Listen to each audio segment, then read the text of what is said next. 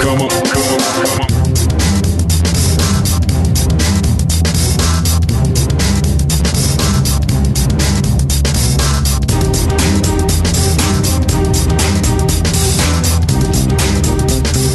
All right, 24 minutes before 9 o'clock. Thank you for tuning in this Monday morning. It's time for News Bites. This is the section, the portion of AM Ocala Live, during which Robin McBlain and myself and I will read, that's not like 3 people, Robin and I will read the news to you in short form. We'll also tell you the news agency we're getting the story from, that way you can look up the story and read the longer version for yourself. The first one comes from the Wall Street Journal. Out of Ferguson, Missouri, a day of anger over a fatal police shooting of an unarmed black man in suburban St. Louis turned to mayhem as people looted businesses, vandalized vehicles, and confronted police who sought to block off access to several areas of the city. The tensions erupted after a candlelight vigil yesterday evening for 18-year-old Michael Brown, whom police say was shot multiple times the previous afternoon after a scuffle involving a police officer, Mr. Brown, and another person in Ferguson, a predominantly black suburb of the city. Afterward, a convenience store was looted. Several other stores along a main road near the shooting scene were broken into, including a check-cashing store, a boutique, and a small grocery store. People also took items from a sporting goods store and a cell phone retailer and carted rims from a tire store. TV footage showed streams of people walking out of a liquor store carrying bottles of alcohol, and in some cases, protesters were standing atop of police cars or taunting officers who stood stoic, often in riot gear. Leading congressional Republicans pushed President Obama yesterday to step up America's military operation in Iraq, warning that the limited airstrikes the president authorized this week will not be enough to turn the tide against militants with the Islamic State of Iraq and Syria. This is a quote from Senator John McCain, Republican in Arizona. Launching 3 strikes around a place where a horrible humanitarian crisis is taking place is clearly very, very ineffective. The president said he was acting to protect American personnel in the country and stave off a humanitarian crisis after ISIS fighters began terrorizing religious minorities in northern Iraq. That's not a strategy, claims McCain. That's not a policy. That is simply a very narrow and focused approach to a problem, which is metastasizing as we speak, reported by CBS. And from Fox News, Hillary Clinton, the front-runner among potential 2016 Democratic presidential candidates, is sharply distancing herself from President Obama's foreign policy, particularly in Syria, as Americans appear to continue losing confidence in his handling of key international affairs. Clinton, who as Secretary of State was Obama's top diplomat, suggested during an in-depth interview with The Atlantic magazine that the president's foreign policy mantra of "don't do stupid stuff" lacked sufficient depth. Great nations need organizing principles, she said in the roughly 8,000-word interview released yesterday, and "don't do stupid stuff" is not an organizing principle. Again, that's from Fox News. For the second time in a week, a child has been bitten by a shark in Brevard County, Florida. According to Brevard County Ocean Rescue, a 10-year-old girl was in knee-deep water at Lori Wilson Park in Cocoa Beach when the shark bit her around 1:30 p.m. on Saturday. Other swimmers were immediately ordered out of the water. Fortunately, the girl was swimming near lifeguards who were able to quickly provide first aid and control the bleeding. She was transported to Cape Canaveral Hospital with an injury to her right foot. It was said to be non-life-threatening. It was last Saturday that a 9-year-old boy was bitten on his heel by a shark in waters near Patrick Air Force Base. Christian Sanhuiza spent the week at Holmes Regional Medical Center in Melbourne, where he underwent multiple surgeries, reported by the Florida News Network. And from CNN, NASCAR driver Tony Stewart hit and killed another driver who was walking on a track during a dirt track race in upstate New York. Kevin Ward Jr. was 20 years old. He died from injuries suffered in the incident, which occurred Saturday night at the Empire Super Sprints Series event at the Cannondale Daigua Motorsports Park. The track is about a 2-hour drive from Watkins Glen International Racetrack, where Stewart had been scheduled to race in a NASCAR event yesterday. There aren't words to describe the sadness I feel about the accident that took the life of Kevin Ward Jr., was a statement issued by Stewart yesterday. That, according to NASCAR. It's a very emotional time, he goes on to say. For all involved, my thoughts and prayers are with his family, friends, and everyone affected by this tragedy. Stewart's team director, Greg Zipadelli, said yesterday morning the driver had decided not to drive in yesterday's event. As the death toll rises, healthcare workers on the ground need protective gear and resources to combat the Ebola outbreak in West Africa. This is according to Dr. Frank Glover. He's the president of the U.S.-based organization SHIELD. This is his quote: "The health system has completely collapsed." Ebola outbreak declared an international health emergency. Earlier this week, Glover told a congressional subcommittee that 95% of expatriate doctors fled the country when the outbreak hit. Medical staff lack proper protective gear like gloves, gowns, and goggles, and patients are turned away because centers are over capacity. This is his quote: "Most patients are dying with Ebola in their communities because there is simply nowhere to go." This is reported by ABC. And from CNN, rescuers pulled stranded riders from a roller coaster at Six Flags America in Maryland yesterday after the ride halted on the tracks. A train on the Joker's Jinx roller coaster stopped near the top of the 79-foot tall ride. It took more than 4 hours to get all 24 passengers back on the ground. No one was injured, Six Flags spokeswoman Debbie Evans said. Video from CNN affiliate WJLA showed rescuers slowly helping passengers to safety one by one. Hours after the rescue operation began, Prince George's County Fire Chief Mark Bashur said all passengers were safe. Authorities in Fond du Lac, Wisconsin made an arrest Saturday in several home invasions that involved a naked man. Officials said a 26-year-old man from Fond du Lac was taken into custody in connection with 3 home invasions since June 24th. They said the suspect may also be connected to a 4th case. Investigators said the suspect admitted to the crimes, saying he entered the 3 homes while naked, touched a woman while she slept in one of the cases. The suspect faces burglary, attempted second-degree sexual assault, and lewd and lascivious behavior charges. He is being held at the Fond du Lac County Jail, reported by WISN News. And from the Reuters news agency, President Barack Obama gave Americans an update on U.S. military strikes in Iraq on Saturday from a podium on the White House lawn with Marine One, the presidential helicopter, parked in the background. 4 hours later, he offered an altogether different tableau, a golf game with friends at a lush course on Martha's Vineyard, the upscale Massachusetts island where the president and his family began a 2-week vacation.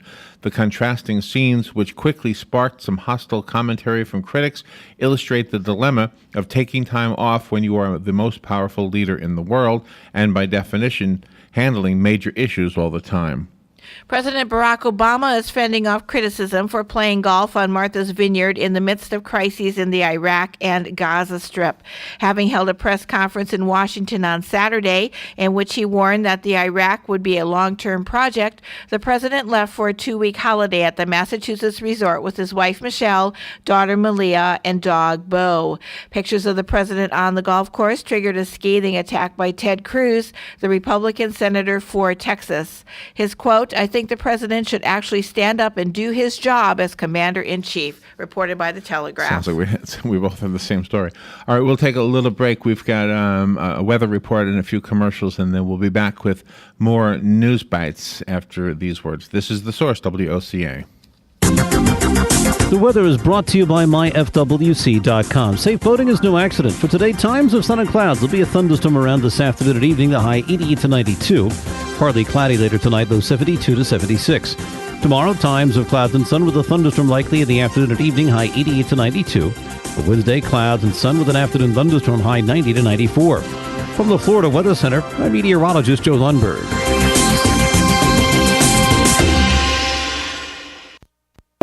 Each morning, we wake up thankful to live in a free nation with liberty and justice for all.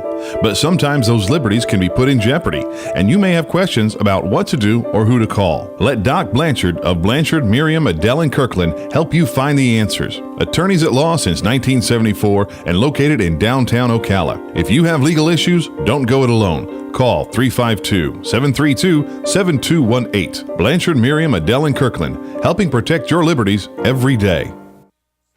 Get it for less at the DIY Home Center outlet. Get top quality real wood cabinets the same or less than the big box stores are selling the cheap stuff. And that's not all. Drywall screws big box stores are $6.47 a pound. At DIY, only $4.99. Plus, DIY has the largest selection of mobile home parts and accessories anywhere. From carpet to doors, get the DIY supplies you need for less. The DIY Home Center outlet. We are your building material closeout store. 2191 Northwest 10th Street, just 2 miles east of I-75.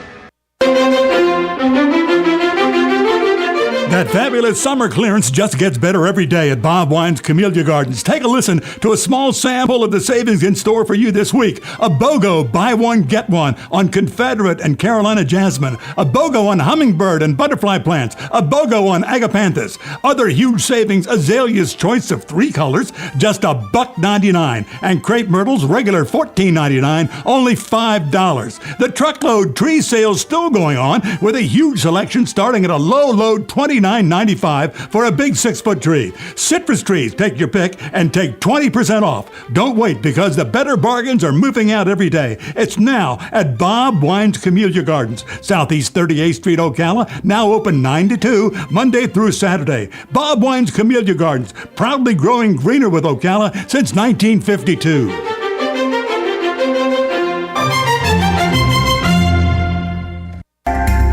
Hi, this is JP from Penn Flooring here in Ocala. I would like to invite you to come in and visit our spacious showroom where we have solutions for every style and budget. From wall-to-wall carpet to hardwood floors and tiles, we have an unsurpassed selection of flooring. At Penn Flooring, we've provided quality customer service with a family touch for over 25 years. Visit our website at pennflooring.com or come by our showroom, 1201 Southwest 17th Street, just over the bridge. Penn Flooring, quality customer service with a family touch.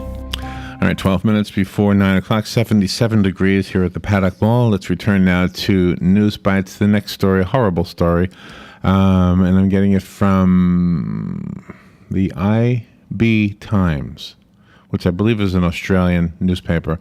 When news of ISIS beheading Christian children in Mosul as part of its genocide plans,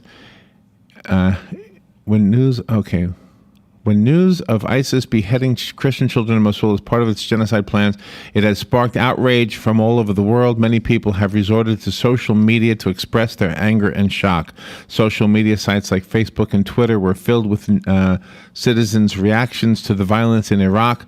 The leader of the Catholic Church was no exception. Pope Francis has expressed his disbelief and outrage at the violence suffered by religious minorities in Iraq. Reports said Islamic militants, ISIS, have resorted to beheading children and burying them alive, including burying women alive for refusing to convert to Islam. Children who have sought refuge from the violence have reportedly died of thirst.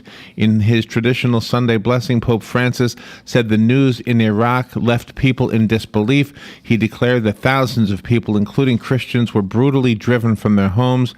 The Pope called on the international community to address the ongoing violence and stop these crimes. Vatican ambassador in Baghdad, Cardinal Fernando, is scheduled to arrive in Iraq to express support for Christians who were targeted for annihilation by Islamic militants. What a horrible story. Early voting in Florida's August 26 primary election begins this week, with most counties offering more days and more locations.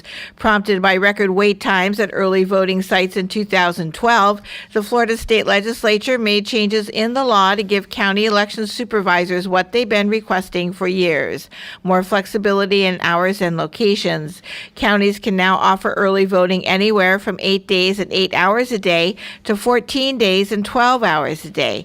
Total hours range from the minimum of 64 hours in Pasco and Hernando counties to 123.5 hours in the Florida Keys.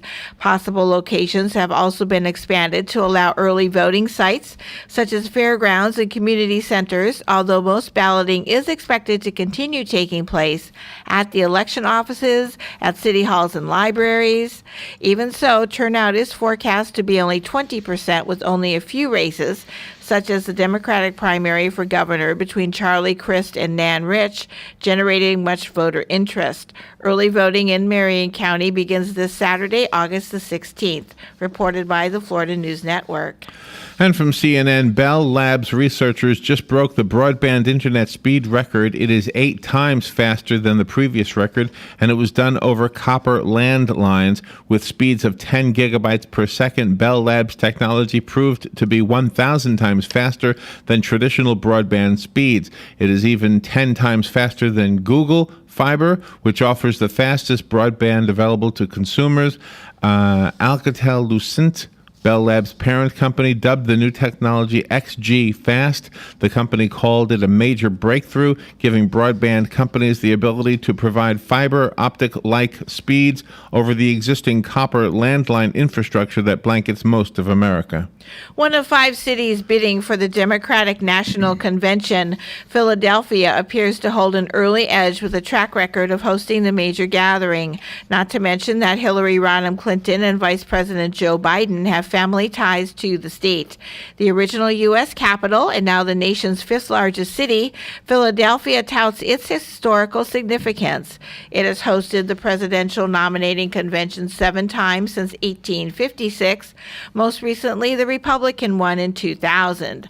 Also vying for the 2016 convention are Birmingham, Alabama, New York City's Brooklyn Borough, Columbus, Ohio, and Phoenix, Arizona, each hoping to host its first presidential convention, reported by the Las Vegas Sun. And from the Associated Press, rockets slammed into a high-security prison this morning in the rebel-held city of Donetsk, igniting a riot that allowed more than 100 prisoners to flee. Authorities in eastern Ukraine said. Donetsk City Council spokesman Maxim Ravinsky said a direct rocket that hit killed at least 1 inmate and left 3 others severely wounded. In the chaos, he said 106 prisoners escaped, including some jailed for murder, robbery, and rape. In the past week, Ukrainian government forces have intensified their military operations and surrounded Donetsk, the largest city in rebel-held eastern Ukraine. Exchanges of rocket fire and deaths from shelling have become a feature of daily life, and hundreds of thousands have chosen to flee. U.S. and Japanese index futures climbed with contracts on copper as a truce in the Gaza Strip was extended, and after stocks in New York rallied amid signs, tensions between Russia and Ukraine that are easing. The yen fell. Standard & Poor's 500 index futures added 0.2% to $1,927.80 by 7:31 a.m. in Tokyo, after the gauge surged on August the 8th by the most since March. Futures on Japan's Nikkei 225 stock average jumped 0.5% in Chicago as the yen lost 0.1%. Brent crude oil fell a second day. Copper futures advanced 0.7%. The lira extended gains against the greenback after state television said Prime Minister Recep Tayyip Erdogan won Turkey's presidential election, reported by Bloomberg. The next story is from the Las Vegas Sun. College students have heard a similar refrain for years in campaigns to stop sexual assault. No means no. Now, as universities around the country that are facing pressure over the handling of rape allegations adopt policies to define consensual sex, California is poised to take it a step further. Lawmakers are considering what would be the first in the nation measure requiring all students that receive public funds to set a standard for when yes means yes. Defining consensual sex is a growing trend by universities in an effort to do more than protect victims. From the University of California system to Yale, schools have been adopting standards to distinguish when consent was given for a sexual activity and when it was not. It's day 2 of the special session in the state of Florida on redistricting, and state lawmakers working on new congressional district maps have produced what they hope will be the only map they need to produce. Lawmakers are in this special session to create the new maps per a judge's order. Republicans are promising transparency, but House Democratic leader Perry Thurston of Fort Lauderdale says they've heard that one before. This is his quote, "Are we supposed to take the word of the same people who told us when we were here in 2010 that it was being transparent, that now we're being transparent? After all that we've read, that does not make common sense." Committees in the House and Senate hope to have the new maps voted on by the full chambers 1 week from this Friday. If the new maps pass muster among lawmakers, Districts 5 and 10 will see substantial changes. Those districts were singled out by the judge as examples of partisan gerrymandering, but fixing those lines meant slightly affecting some of the adjoining districts. How well lawmakers have managed to keep things clear and away from political pitfalls remains to be seen. Reported by the Florida News Network. And from the Associated Press, hours before police say he plowed his truck into 4 pedestrians in Bellingham, Dustin Frederick Brown sent text messages to friends saying he was too drunk to drive. But in an interview with the detective afterward, he insisted he only had 1 beer and that his truck was possessed as it took him on an amusement ride from hell. Those details emerged in investigative records released to the Bellingham Herald under a public records request. Brown's souped-up Ford F-350 fishtailed out of control as he gunned the engine early on May 26th as people were leaving bars downtown. 4 pedestrians were hit. One, Dragon Skrobanja, 37 years old, was killed. The truck continued on, striking parked and moving cars until it came to rest against a barrier fence that kept it from plunging over a 10-foot drop. The Guardian, one of Britain's most influential daily newspapers, used its editorial on Friday to warn of the dangers of European anti-Semitism that has been fueled in recent weeks by the tumult in Israel and Gaza. Citing the numerous violent attacks against Jews, synagogues, and other institutions on the continent in recent years, the newspaper condemned the conflation of Jews and Israel, while denouncing those who would exploit their anger over Israeli policies toward the Palestinians by attacking Jews in the diaspora. This is a quote from The Guardian. "The controversy has gained extra heat because of the alarming increase in anti-Jewish racism. As we reported on Friday, during the course of a single July week, 8 synagogues in France were attacked, one of them firebombed by a 400-strong crowd whose chants and banners included 'Death to the Jews' and 'Slit Jews' throats,'" unquote, reported by the Jerusalem Post. And from Fox News, South Carolina Republican Senator Lindsey Graham sounded the alarm yesterday about the growing threat of the Islamic State launching an attack on American soil unless President Obama takes more decisive action to stop the terror group's surge across Iraq and Syria. Graham, a member of the Senate Armed Services Committee, told Fox News Sunday yesterday that the well-funded, swiftly strengthening organization, which has taken control of large parts of both Middle Eastern countries, is a direct threat to our homeland. Mr. President, be honest with the threat we face, Graham said. They are coming, unquote. The world's leading oil and gas companies are taking on debt and selling assets on an unprecedented scale to cover a shortfall in cash, calling into question the long-term viability of large parts of the industry. The U.S. Energy Information Administration said a review of 127 companies across the globe found that they had increased net debt by $106 billion in the year to March in order to cover the surging costs of machinery and exploration while still paying generous dividends at the same time, reported by The Telegraph.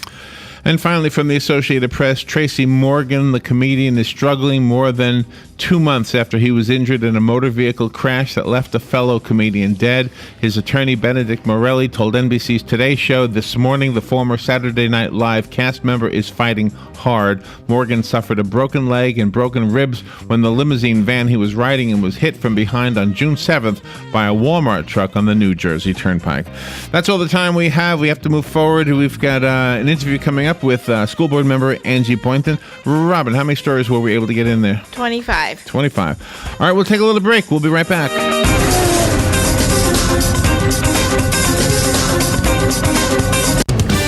Fox News Radio, I'm Pat O'Neill. The U.S. for the first time has begun supplying weapons to Kurdish forces fighting the militants in Iraq. Up until now, the U.S. has only been sending weapons to the Baghdad-based Iraqi government. But swift gains made by fighters from the so-called Islamic State of key towns and infrastructure in the north prompted the change in policy. Fox Radio's Kimberly Adams in Ferguson, Missouri.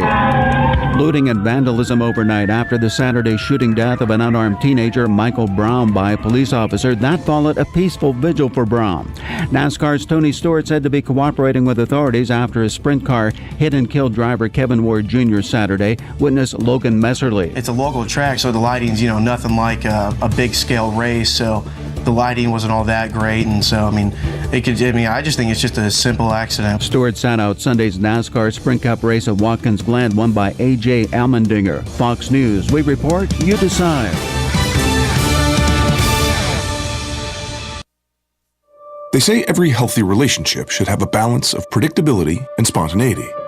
In fact, it is that assurance of security that makes the spontaneous possible.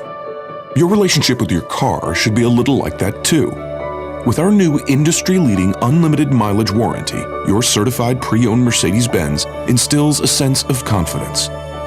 You drive away knowing that you can keep driving for up to 3 years and never have to worry about the miles. Add to that our new complimentary prepaid maintenance on select models, and your certified pre-owned Mercedes-Benz becomes the ultimate carefree escape vehicle. Only during the Mercedes-Benz Certified Pre-Owned Sales event going